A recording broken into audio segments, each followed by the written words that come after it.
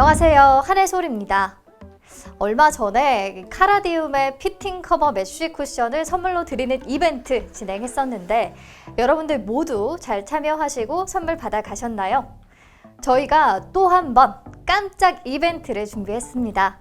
아낌없이 팡팡! 이번에는 카라디움의 선스틱이에요. 데일리로 간편하게 바를 수 있어서 요즘 같은 날씨에 바깥 활동하시라면 꼭 필요한 필수템이죠. 이번에도 화면에 보이시는 번호 010-6702-4656으로 브리핑이라고 세 글자만 작성해서 문자 보내주시면 시청자 전원에게 종목 추천 3일 무료 이용권과 함께 카라디움의 선스틱 쏴드립니다. 좋은 기회 놓치지 말고 꼭 참여하셔서 선물도 꼭 받아가세요. 네, 그럼 6월 26일 브리핑 시작해 보도록 하겠습니다. 먼저 뉴욕 증시 마감 상황입니다. 어제는 급락세를 보였는데 오늘은 3대 지수 모두 반등에 성공한 모습이네요. 다우지수와 나스닥 지수 그리고 S&P 500 모두 1%대 상승세를 보였습니다. 사실 시작은 좋지 않았습니다. 코로나19 재확산이 가시화되면서 경제 정상화에 제동이 걸릴 것이라는 공포가 팽배했기 때문인데요. 실제 확진자가 급증하고 있는 텍사스주는 이날 추가 경제 재개방 조치를 중단한다고 발표했고요. 애플은 플로리다 지역 매장 14곳을 추가로 폐쇄한다고 발표했습니다. 그럼 무엇이 시장을 이렇게 끌어올렸을까요? 네, 미 금융당국이 볼커룰 완화를 추진하고 있다는 소식 덕분입니다. 볼커룰은 대형 은행들이 자기 자본으로 고위험 투자를 하지 못하도록 한 규제인데요. 이 볼커룰이 완화되면 은행은 위험 자산에 더 쉽게 대규모 투자를 할 수 있게 되고요. 파생 상품을 사고 팔 때도 현금을 적립하지 않아도 돼서 수십억 달러의 가용 자금을 추가로 확보할 수 있게 됩니다. 이에 시장은 반색하는 분위기죠. 한편 미국 내 경제 지표는 엇갈리는 모습입니다. 5월 내고주 수준은 전월 대비 15.8%나 늘었는데 특히 코로나19로 반토막 났던 자동차 구매가 늘어나기 시작했습니다. 반면 고용지표는 다소 실망스러웠는데요. 지난주 신규 실업수당 청구 건수는 148만 건으로 시장 예상치인 138만 건을 웃돌았고요. 코로나19 재확산 추세가 감지되고 있어서 또 이전 상황으로 회복하려면 상당 기간이 걸릴 것 같습니다. 그리고 새벽에 미 상원이 홍콩 자치법을 만장일치로 통과시켰는데요. 중국의 홍콩 자치권 억압을 지지한 개인과 기업에 제재를 부과하는 내용이고요. 하원 표결을 거쳐서 트럼프가 서명을 하면 정식적으로 발효가 될 텐데 홍콩 국가보안법에 이어서 좀 중국의 심기를 불편하게 하는 상황입니다. 네, 현재 시각 오후 1시 18분 지나고 있는데요. 코스피 시장은 삼성전자가 3%대 강세를 보이면서 좀 지수를 이끄는 모습이고요. 현재 1.3%대 오름세를 보이고 있는 반면에 코스닥 시장은 테마가 좀 대체적으로 약세를 보이면서 거래량 자체가 감소했고요. 0.19% 강보합권을 유지합니다. 종목별로는 위메이드가 미르의 전설 2 중재 승소 소식에 강세를 보였고요. 나노엔텍은 SK바이오팜 수혜 기대감에 이틀째 급등세입니다. 그리고 에이스테크와 서진시스템, 오이솔루션 등 5G 장비주들이 빨간불을 켰는데요. 최근 미국 정부가 1조 달러 규모의 투자 계획 안에 5G 인프라를 포함시켰다고 하고요. SK텔레콤과 이텔이 손을 잡고 5G 단독 모드 상용화 연구에 박차를 가하겠다고 한 소식도 좀 영향을 주지 않았나 싶습니다. 다른 특징주들은 키워드 통해서 만나볼게요. 첫 번째 키워드, 비보존의 오피란제린 임상 3B상 시작. 네, 여러분, 이 SK바이오팜 이전에 2019년 장외 주식 시장을 엄청 뜨겁게 달궜던 또 다른 기업이 있다는 거 알고 계신가요? 바로 비보존이 그 주인공인데요. 비보존은 어떤 회사냐면 현재 오피란제린이라는 비마약성 진통제를 개발하고 있습니다. 오피란제린은 수술 후 통증 치료제고요. 정맥주사로 전신의 진통 효과를 가져다 줍니다. 현재 쓰이고 있는 모르핀, 메타돈, 펜타닐, 오피오이드 이런 것들은 마약성 진통제고요. 그래서 약간의 부작용이 있을 수 있다는 단점이 있죠. 타이레놀과 같은 비마약성 진통제가 지금도 시중에 유통되고 있기는 한데요. 이들은 경증을 완화하는 효과는 있어도 중증에는 제대로 약효를 발휘하지 못하잖아요. 그래서 오피란제린에 거는 기대가 더욱 커지는 겁니다. 마약성 진통제의 위험성을 완화시키면서 또 중증 진통에도 효력을 발휘할 수 있을 것으로 예상이 되니까요. 진통제 시장의 판도를 바꿀 수 있는 약물이 되지 않을까 모두의 기대를 한 몸에 받았는데 어느 순간 그 기대가 쏙 들어갔어요. 무슨 일이 있었냐면요.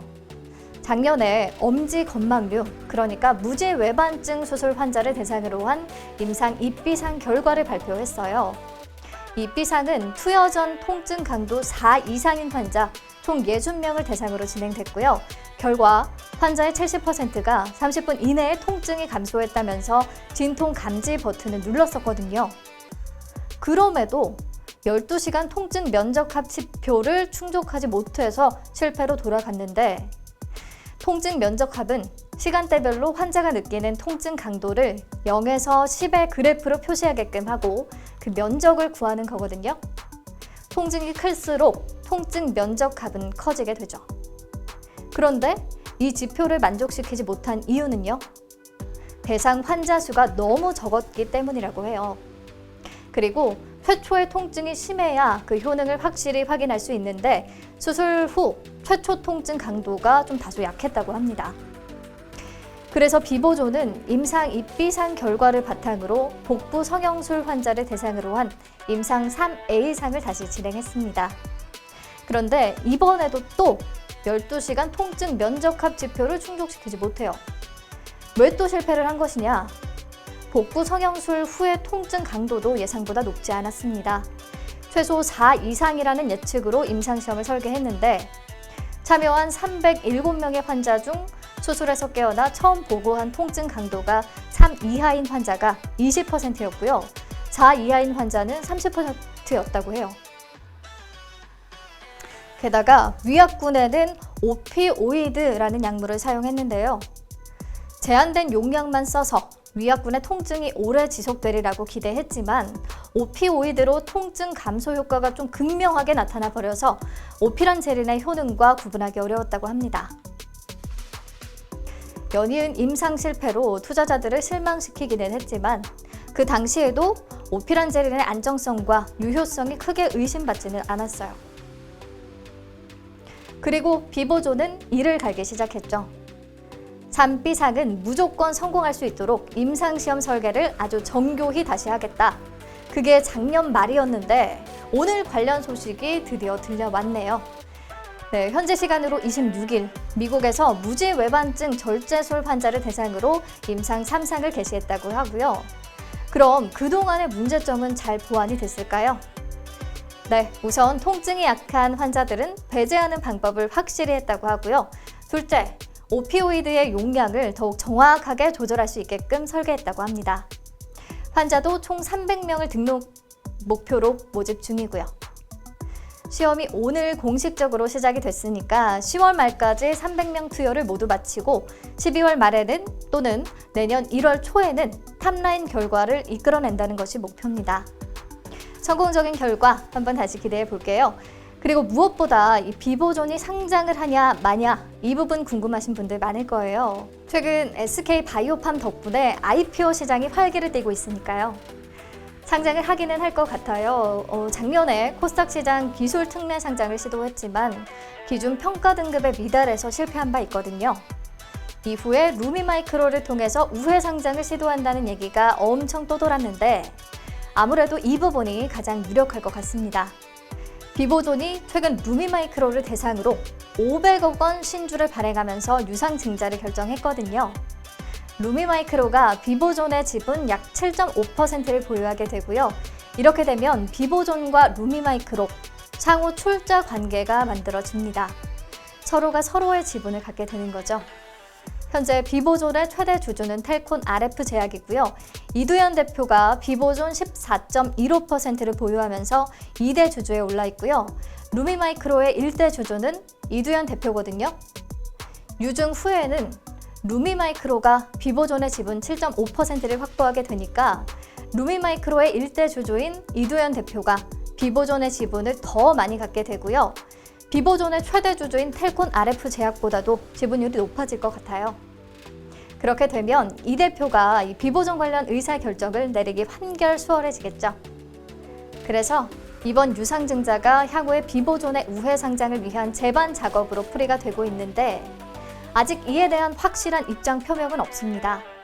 상장은 비보존 주주들의 이익을 극대화하는 방향으로 추진이 될 것이며 루미마이크로가 적합한 파트너인지를 검토할 수 있을 것이고 시너지가 있다면 힘을 합칠 수 있다고 본다 정도의 말만 남겼네요. 업데이트되는 내용 있으면 또 전달해 드릴게요. 현재 비보존 관련주로 거론되는 상장사는 5개 정도인데요. 일단 대주주인 텔콘 RF 제약과 4.6%의 지분을 갖고 있는 에스텍파마, 우회 상장 대상으로 거론되는 루미마이크로, 루미마이크로의 최대 주주인 에스맥, 그리고 주요 주주인 에이프로젠 KIC까지. 에스텍파마가 17%대까지 오늘 강세를 보였다가 현재는 상승폭 대부분 반납한 상태고요. 나머지 다른 종목들은 별다른 움직임 없습니다.